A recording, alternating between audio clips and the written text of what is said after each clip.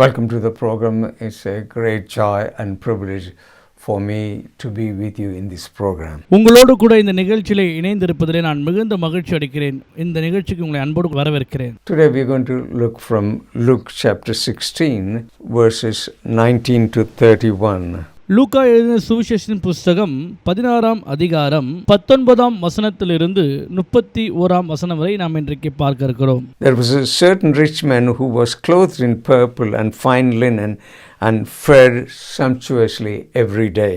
லூக்கா எழுதின சுவிசேஷம் 16ஆம் அதிகாரம் 19ஆம் வசனம். ஐஸ்வர்யமுள்ள ஒரு மனுஷன் இருந்தான். அவன் இரத்தாம்பரமும் விலையேற பெற்ற வஸ்திரமும் தரித்து அனுதினமும் சம்பிரமாய் வாழ்ந்து கொண்டிருந்தான்.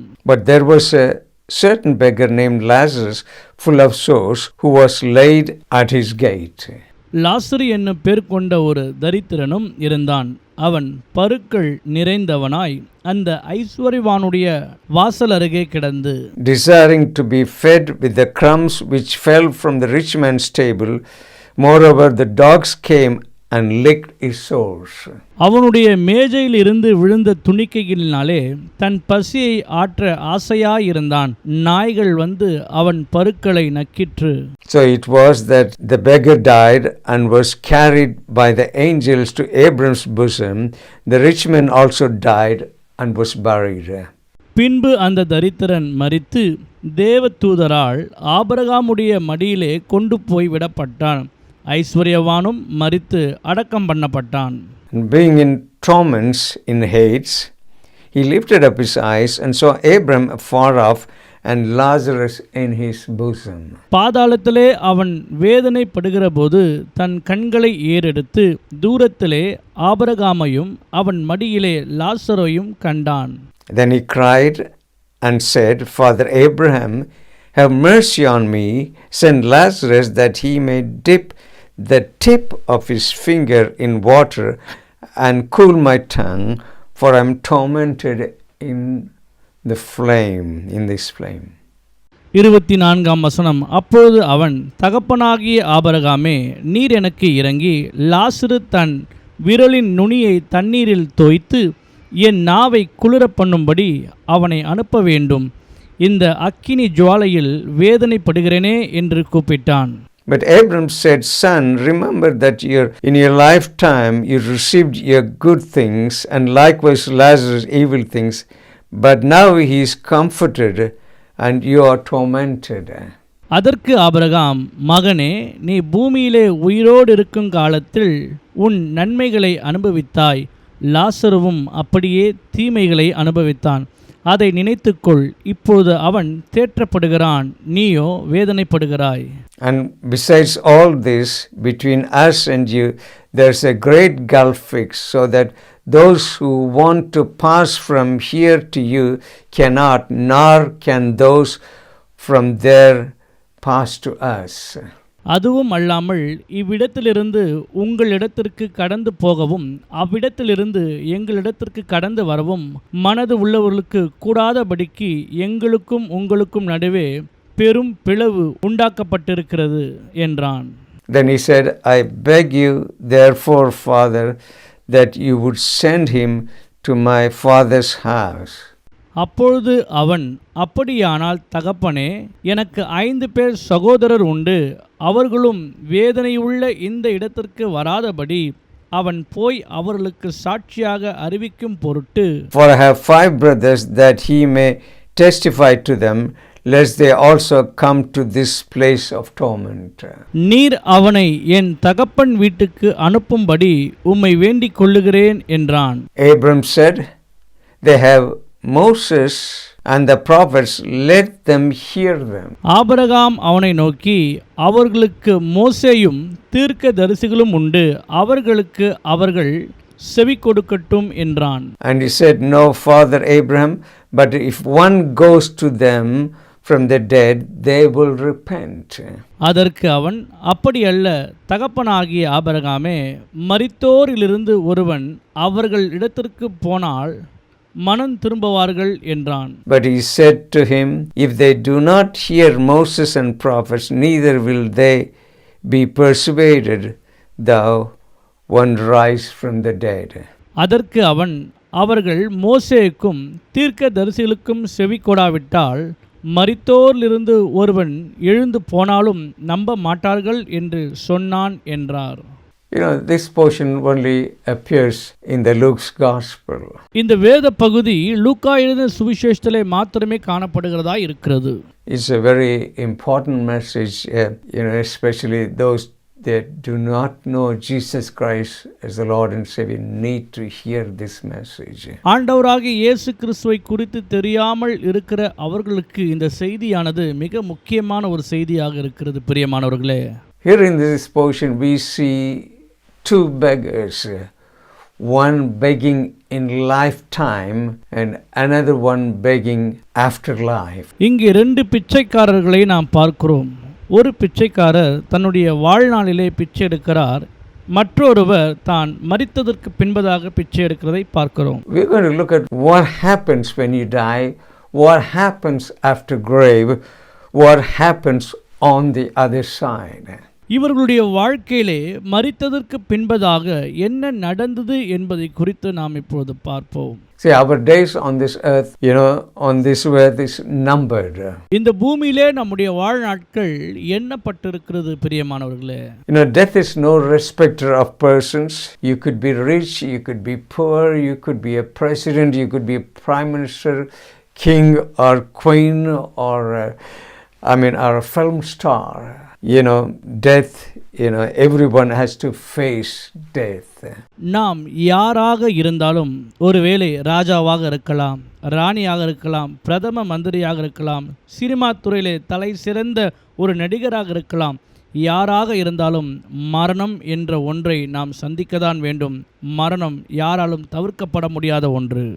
This is most insightful in the Bible. இது மிகவும் உள் நோக்கம் அடக்கிய ஒரு காரியமாக வேதத்திலே நாம் பார்க்கிறோம். Ecclesiastes chapter 3 and verse 11 it says, God has put eternity in the heart of men. பிரசங்கியின் புத்தகம் 3வது அதிகாரம் 11ஆம் வசனத்திலே இப்படியாய் வாசிக்கிறோம், உலகத்தையும் அவர்கள் உள்ளத்திலே வைத்திருக்கிறார் என்பதாக. People talk about heaven and hell. பெரும்பாலும் மக்கள் பரலோகத்தையும் நரகத்தையும் குறித்து பேசுவார்கள். Many people believe if you did good things you will go to heaven. அநேகர் நம்புகிறார்கள் நாம் நற்கிரியைகள் செய்வோமெனால் நிச்சயமாக பரலோகத்திற்கு போவோம் என்று சொல்லி. Many believe that only evil people will go to hell. பலர் நம்புகிறார்கள் தீய மனிதர்கள்தான் நரகத்திற்கு போகிறார்கள் என்று. This is a true story. இது ஒரு உண்மை சம்பவமாகும். Because the Lord Jesus Christ is God himself. He is telling us a story that really happened. This is not a parable. இங்கே நாம் பார்க்கிறதான இந்த ஓமை இது ஒரு ஓமை அல்ல, நிஜத்தில் உண்மையாக நடந்த ஒரு சம்பவத்தை தான் ஆண்டவராகிய இயேசு கிறிஸ்து அந்த ஜனங்களுக்கு விவரித்து சொல்லுகிறார். See how it begins. There was a certain rich man. இந்த சம்பவம் எப்படி தொடங்குகிறது என்றால், ஐஸ்வர்யமுள்ள ஒரு மனுஷன் இருந்தான் என்பதாக. There was a certain rich man. அங்கே குறிப்பிட்ட ஒரு ஐஸ்வர்யவான் இருந்தான் என்று. Here we see two different people, they live two different lives. இங்கே நாம் ரெண்டு வித்தியாசமான மனிதர்களை பார்க்கிறோம், அவர்களுடைய ரெண்டு வித்தியாசமான வாழ்க்கை முறையையும் பார்க்கிறோம். What we see here is, everybody has to face death and both of them die. And Lazarus also dies. எல்லா மனிதனுடைய வாழ்க்கையிலும் மரணமானது நிச்சயமாய் வரும். இங்கே இந்த சூழ்நிலையிலே நாம் பார்க்கும்போது இந்த ரெண்டு பேருக்கும் மரணம் சம்பவிக்கிறது. லாசருவும் இதிலே மரிக்கிறார். Lazarus is the name is Greek, but he is a Hebrew, and word for Lazarus is Eliezer. இங்கே லாசருடைய பெயர் மிக தெளிவாக குறிப்பிடப்பட்டிருக்கிறது. அவர் ஒரு யூதராய் இருக்கிறார். அவருடைய பெயருடைய முழு அர்த்தம் என்னவென்றால் எலியேசர் என்பதாக. Eliezer means God is my helper. Eliezer என்பதற்கு என்ன அர்த்தம் என்றால் தேவன் எனக்கு உதவி என்று. This is not the Lazarus, that Jesus raised from the dead. இந்த லாசரு ஆண்டவராகிய இயேசு கிறிஸ்து 4 நாள் மரித்து உயிரோடு எழுப்பினாரே, அந்த லாசரு இது கிடையாது. That's what Bible scholars say. இதைத்தான் வேத வல்லுனர்கள் பண்டிதர்கள் சொல்லுகிறார்கள். You know, when we look at the two lives, we look at contrast. இவர்கள் 2 பேருடைய வாழ்க்கை முறையும் பார்க்கும்போது ஒன்றுக்கு ஒன்று முரணாக இருக்கிறது. You know, when you see here, the rich man is not named, but he was wealthy. இங்கே இந்த ஐஸ்வர்யவானுடைய பெயர் குறிப்பிடவில்லை, ஆனால் அவன் மிகுந்த செல்வம் உள்ளவனாய் காணப்பட்டான். On the other side, we see Lazarus, he was poor.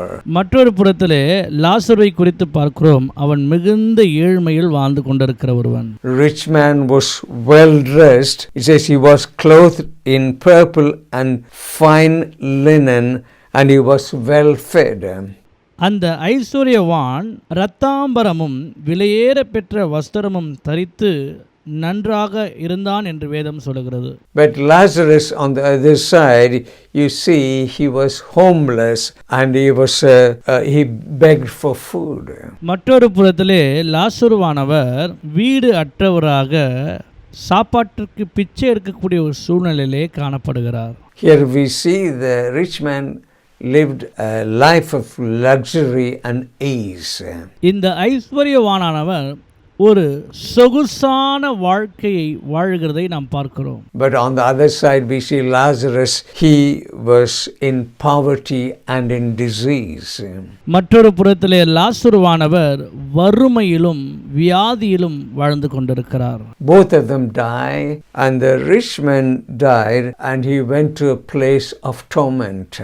இருவரும் ஒரே நேரத்திலே மரித்தார்கள். மரித்து ஐஸ்வர்யவான் எங்கே காணப்பட்டான் என்றால் பாதாளத்திலே வேதனையில் காணப்பட்டான். Lazarus died and he went to paradise and he was comforted. லாசரு மரித்து பரதீசுக்கு சென்று அங்கே அவன் தேற்றப்படுகிறதை நாம் பார்க்கிறோம். It's not that the rich man had good time in this world and after death he has to have a bad time. And Lazarus had a bad time in this world. When he died, he has to have a good time. It is not like that. ஐஸ்வர்யவான் இந்த பூமியிலே இருக்கும் பொழுது அவனுக்கு நல்ல காலம் இருந்தது, லாசருவுக்கோ தீய நேரம் இருந்தது. ஆனால் மரித்ததுக்கு பின்பதாக லாசருவுக்கு நல்ல ஒரு நேரம் நல்ல காலம் வந்தது என்பதாக அல்ல. We see Lazarus, even though he had a hard life, he was right with God. லாசருடைய வாழ்க்கை இந்த பூமியிலே மிகுந்த கடினமாயிருந்த அந்த சூழ்நிலையில் கூட தேவனோடு கூட அவன் ஒன்றிணைந்திருந்தான். He went to paradise because he was right with God. அவன் பரதீசுக்கு சென்றதற்கான முக்கிய காரணம் தேவனோடு நல்ல உறவிலே அவன் காணப்பட்டான். When you read verses 28 to verse 30, we see rich man was not right with God. 30ஆம் வசனத்திலே நாம் பார்க்கும் பொழுது அந்த ஐஸ்வர்யவான் தேவனோடு கூட நல்ல ஒரு உறவிலே காணப்படாதவனாய் இருந்தான். We see that rich man says to Abraham, send a word to my brothers so they can repent. ஐஸ்வர்யவான் ஆபிரகாமை பார்த்து சொல்லுகிறான், தங்களுடைய வார்த்தைகளை என்னுடைய சகோதரருக்கு அனுப்ப வேண்டும் என்று சொல்லி. He's saying, send warn my brothers so they don't come back to the place where I am. ஐஸ்வர்யவான் சொல்லுகிறான், என்னுடைய சகோதரர்களுக்கு நீர் ஒரு எச்சரிப்பை கொடுக்க வேண்டும், அப்பொழுது அவர்கள் இந்த வேதனை நிறைந்த இடத்திற்கு வராமல் இருப்பார்கள் என்று. Rich man talks about agony and torment. He is in flames. ஐஸ்வர்யவான் வேதனையும் வலியையும் இருக்கிறதை குறித்து அவன் சொல்லுகிறான். ஏனென்றால் அவன் இருக்கிற இடம் பாதாளம். He is asking Abraham to send Lazarus to his 5 brothers who were alive then. ஐஸ்வர்யவான் ஆபிரகாமிடத்திலே சொல்லுகிற காரியம் என்னவென்றால், லாசருவை என்னுடைய மீதம் இருக்கிற 5 சகோதரரிடத்திலே அனுப்பும்படியாக வேண்டிக் கொள்ளுகிறான். Bible says here in verse 22, when Lazarus died, the angels carried him to Abram's bosom. 22ஆம் வசனத்திலே இப்படியாய் சொல்லியிருக்கிறது, பின்பு அந்த தரித்திரன் மரித்து தேவ தூதரால் ஆபிரகாமுடைய மடியிலே கொண்டு போய் விடப்பட்டான்.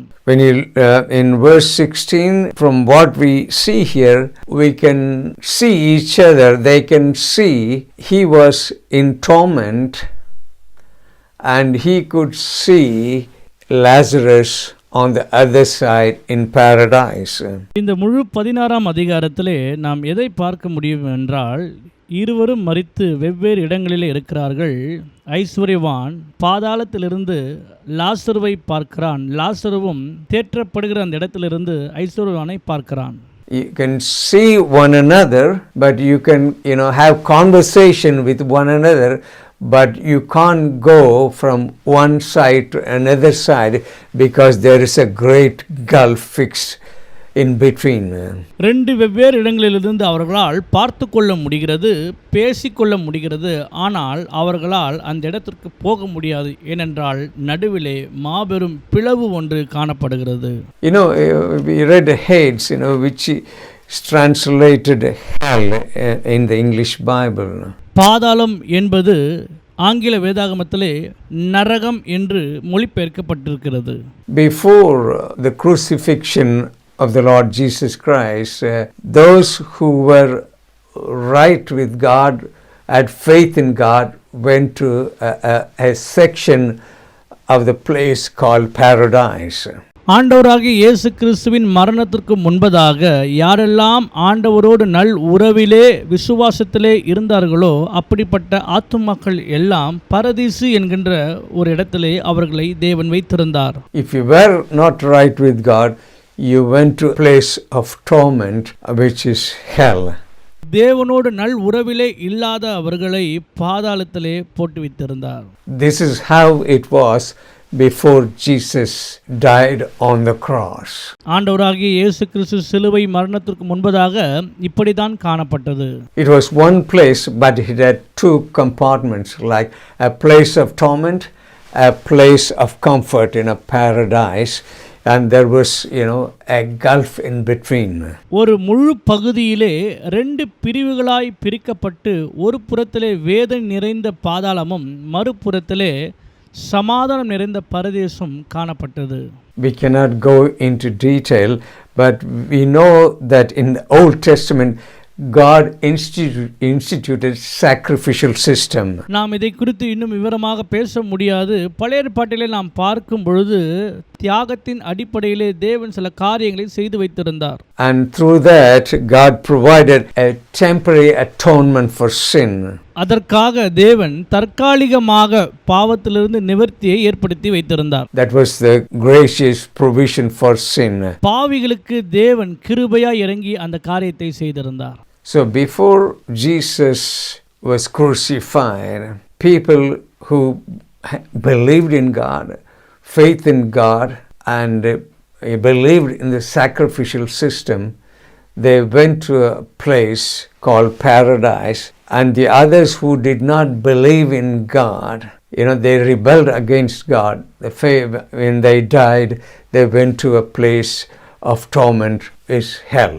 ஆண்டவராகிய இயேசு கிறிஸ்துவின் மரணத்திற்கு முன்பதாக யாரெல்லாம் ஆண்டவரோடு கூட ஒரு நல் உறவில் இருந்தார்களோ, விசுவாசத்தின் பிள்ளைகளாக இருந்தார்களோ, அப்படிப்பட்டவர்களை தேவன் பரதீசிலே வைத்திருந்தார். தேவனோடு நல் உறவு இல்லாத மக்கள் அவர்கள் பிரிக்கப்பட்டவர்களாக பாதாளம் என்கின்ற கொடும் வேதனையான ஒரு சூழ்நிலையிலே அவர்கள் வைக்கப்பட்டிருந்தார்கள். Remember when the thief on the cross made a last minute decision, made a profession of faith. சற்று யோசித்து பாருங்கள்.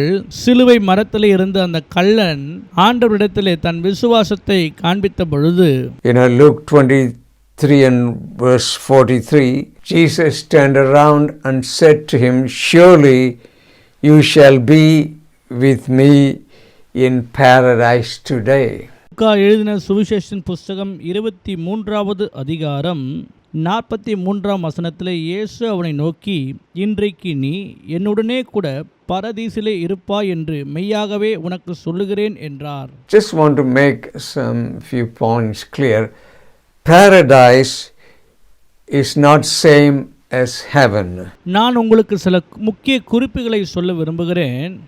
பரதீசு என்பது முழுமையான பரலோகம் கிடையாது. You know, before the sacrifice of the Lord Jesus Christ on the cross of Calvary, there was no immediate access to heaven, and paradise was like a holding place. ஆண்டவராகிய இயேசு கிறிஸ்துவின் மரணத்திற்கு முன்பதாக பரதீசு ஆனது பரிசுத்தவான்கள் பரலோகத்திற்கு செல்வதான ஒரு இருப்பிடமாய் இருந்தது. Jesus visited the paradise side of Hades during the 3 days his body was in the grave. ஆண்டவராகிய இயேசு கிறிஸ்து இந்த பூமியிலே வந்து மரித்திருந்த அந்த சூழ்நிலையில் அந்த 3 நாட்களிலே பரதீசுக்கும் பாதாளத்திற்கும் அவர் சென்றவராய் காணப்பட்டார். When he rose again, he emptied the paradise and escorted the occupants from there to heaven. இயேசு கிறிஸ்து பரதீசுக்கு சென்ற பொழுது அங்கே இருந்த எல்லா பரிசுத்தவான்களையும் தம்மோடு கூட அழைத்து கொண்டு அந்த இடத்தை முழுவதும் வெறுமையாக்கி அவர் பரலோகத்திற்கு ஏறினார். Because of the death and resurrection of the Lord Jesus Christ, when a believer dies now, he does not go to paradise, he goes to heaven. Because Bible says to be absent in the body is to be present with the Lord. ஆண்டவராகிய இயேசு கிறிஸ்துவின் மரணமும் உயிர்த்தெழுதலுக்கு பின்பதாக மரிக்கின்ற ஒவ்வொரு விசுவாசியும் போய் பரதீசிலே காத்திருக்க வேண்டிய அவசியமில்லை. அவர்கள் மரித்த உடனே பரலோகத்திற்கு நேராக செல்லுகிறார்கள்.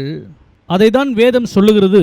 இந்த பூமியில் நாம் காணப்படாத பொழுது தேவனுடைய சமூகத்திலே நாம் காணப்படுவோம் என்று. You know, torment side, the hell is not intended for people originally. It was prepared only for devil and his angels. பாதாளமும் நரகமும் தேவன் மனிதர்களுக்காக ஏற்படுத்தின ஒன்று அல்ல. தேவன் அதை பிசாசுகளுக்கென்று உண்டாக்கினார். People end up there because of their rebellion. மக்கள் நரகத்திற்கு நேராக போகிறார்கள் ஏனென்றால் அவர்கள் தேவனுக்கு விரோதமாய் எதிர்த்து நிற்கிறபடினாலே. 2 Peter chapter 3 and verse 9 it says, God is not willing any to perish, all to come to repentance. 2 பேதுரு 3ஆம் அதிகாரம் 9ஆம் வசனத்திலே இவரமாய் சொல்லுகிறது, தேவன் அவர்கள் அழிய வேண்டும் என்று நினைக்கிறவர் அல்ல, எல்லோரும் மனம் திரும்பி தம்மிடத்திலே வரும்படியாக எதிர்பார்த்து கொண்டிருக்கிறார். In Ezekiel chapter 33 and verse 11 it says, God has no pleasure in the death of the wicked. எசேக்கியேல் தீர்க்கதரிசியின் புஸ்தகம் 33ஆம் அதிகாரம் 11ஆம் வசனத்திலே சொல்லப்பட்டிருக்கிறது, நான் துன்மார்க்கருடைய மரணத்தை விரும்பாமல் என்று. God allows us to receive his grace and his mercy. நாம் தேவன் கொடுக்கிறதான அந்த கிருபையையும் இரக்கத்தையும் பெரும்படியாக அவர் விருப்பமுள்ளவராய் இருக்கிறார். Jesus died on the cross to open heaven for us. இயேசு கிறிஸ்து கல்வாரி சிலுவையிலே மரித்தது நமக்காக பரலோகத்தை திறப்பதற்கென்று. The present hell or the Hades will be destroyed and all its occupants will be thrown into the lake of fire. இப்போது காணப்படுகிறதான அந்த பாதாளத்திலே இருக்கிற எல்லா காரியங்களும் ஒரு நாளிலே அக்கினி கடலிலே முழுமையாக தள்ளப்படும். Just going to give you a scripture there for you. It's Revelation 20 verses 14 and 15. Then the death and Hades were cast into the lake of fire. This is the second death. And anyone not found written in the book of life was cast into the lake of fire. வெளிப்படுத்தல் புஸ்தகம் 20ஆவது அதிகாரம் 15ஆம் வசனம், ஜீவ புஸ்தகத்திலே எழுதப்பட்டவனாக காணப்படாதவன் எவனோ அவன் அக்கினி கடலிலே தள்ளப்பட்டான். Death is inevitable. மரணம் தவிர்க்க முடியாத ஒன்று. But the destination where you end up is your choice. எந்த இடத்திலே சென்றடைய வேண்டும் என்பது நம்முடைய தேர்வாக இருக்கிறது. Heaven or hell. பரலோகமா அல்லது நரகமா என்று. This is a very, very important message. இது மிகவும் மிகவும் முக்கியமான ஒரு செய்தி பிரியமானவர்களே. Jesus tells us the story of the rich man and Lazarus is a true story. இன்றும் ஆண்டவராகிய இயேசு கிறிஸ்து இந்த நிஜ சம்பவத்தை சொல்லிக் கொண்டிருக்கிறார் ஐஸ்வர்யவான் லாசருவை குறித்து. He was suffering, and he wants his brothers not to come to the same place. ஐஸ்வர்யவான் மிகவும் வேதனைப்படுகிறான். அவன் தன்னுடைய சகோதரர்கள் இங்கே வர வேண்டாம் என்று அவன் நினைக்கிறான். Verse 27 says, I beg you therefore, this is what the rich man is saying to Father Abraham, I beg you therefore, Father, that you would send him to my father's house. 27ஆம் வசனம். அப்பொழுது அவன், அப்படியானால் தகப்பனே, எனக்கு 5 பேர் சகோதரர் உண்டு, அவர்களும் வேதனை உள்ள இந்த இடத்துக்கு வராதபடி அவன் போய் அவர்களுக்கு சாட்சியாக அறிவிக்கும் பொருட்டு.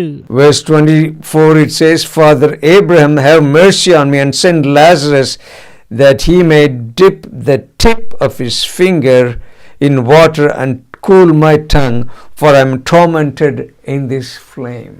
அப்பொழுது அவன், தகப்பனாகிய ஆபிரகாமே, நீர் எனக்கு இறங்கி லாசரு தன் விரலின் நுனியை தண்ணீரில் தோய்த்து என் நாவை குளிர பண்ணும்படி அவனை அனுப்ப வேண்டும், இந்த அக்கினி ஜுவாலையில் வேதனைப்படுகிறேனே என்று கூப்பிட்டான். Hell is a place of torment. நரகம் என்ற ஒரு பகுதி மிகவும் வேதனைக்குள்ளான ஒரு இடமா இருக்கிறது.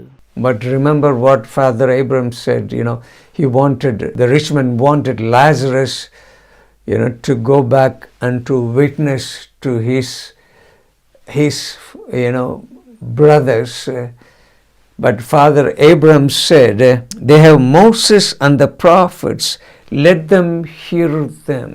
ஐஸ்வர்யவான் எப்படியாகிலும் தன்னுடைய சகோதரர்களுக்கு சென்று இந்த லாசரு இந்த நற்செய்தி அறிவிக்க வேண்டும் என்று ஆபிரகாம் இடத்திலே கேட்டபொழுது ஆபிரகாம் அவனுக்கு சொன்னதாவது, பூமியிலே மோசேயும் தீர்க்கதரிசிகளும் இருக்கிறார்கள், அவர்கள் சத்தத்தை அவன் கேட்கட்டும் என்பதாக. Verse 30 it says, no, Father Abraham, but if one goes to them from the dead, they will repent. 30ஆம் வசனம். அதற்கு அவன், அப்படி அல்ல தகப்பனாகிய ஆபிரகாமே, மரித்தோரிலிருந்து ஒருவன் அவர்கள் இடத்திற்கு போனால் மனம் திரும்புவார்கள் என்றான். His reply was, Father Abraham said, but he said, if they do not hear Moses and the prophets, neither will they be persuaded, though one rise from the dead. அதற்கு அவன், அவர்கள் மோசேக்கும் தீர்க்கதரிசிகளுக்கும் செவி கொடாவிட்டால் மரித்தோரிலிருந்து ஒருவன் எழுந்து போனாலும் நம்ப மாட்டார்கள் என்று சொன்னான் என்றார். What is he referring to? Moses and the prophets. He is referring to the word of God.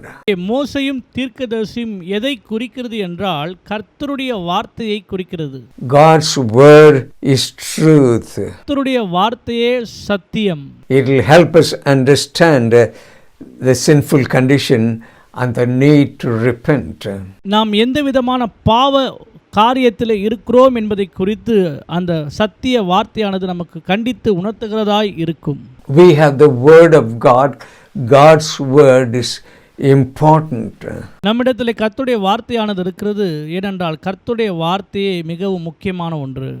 The word of God says about everything that we are all sinners and we need a savior. கர்த்தருடைய வார்த்தை என்ன சொல்லுகிறது என்றால் நாம் எல்லோருமே பாவிகளாய் இருக்கிறோம், நமக்கு ஒரு இரட்சகர் வேண்டும் என்பதாக.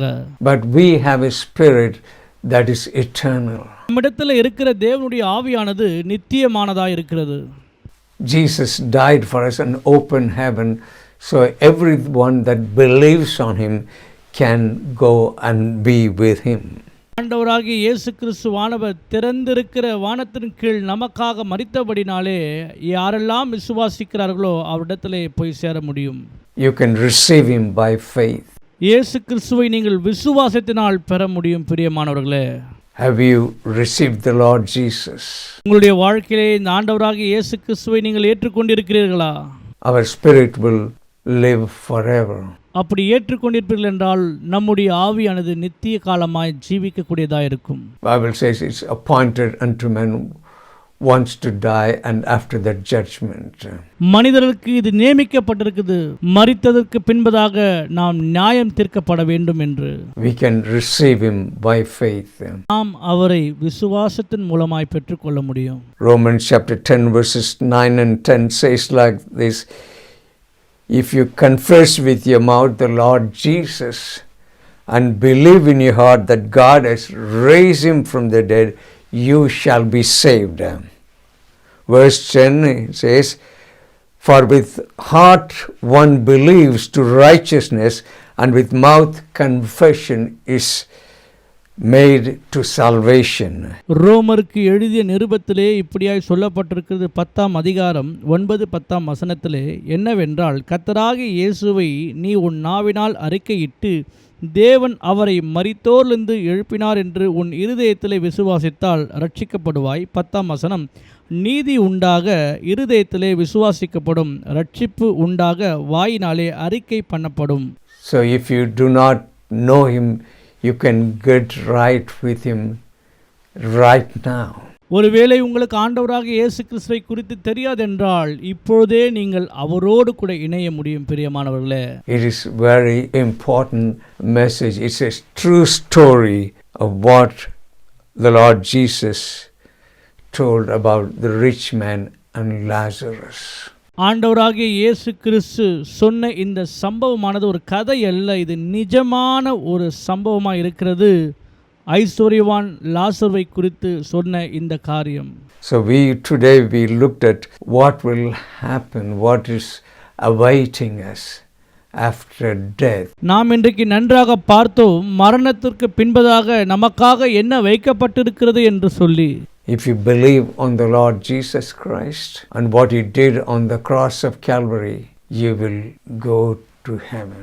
To be absent from the body is to be present with the Lord. ஆண்டவராகிய இயேசு கிறிஸ்து நமக்காக கல்வாரி சிலுவையிலே என்ன செய்தார் என்பதை குறித்து நாம் விசுவாசிப்போம் என்றால் நாம் நிச்சயமாக பரலோகத்திற்கு செல்ல முடியும்.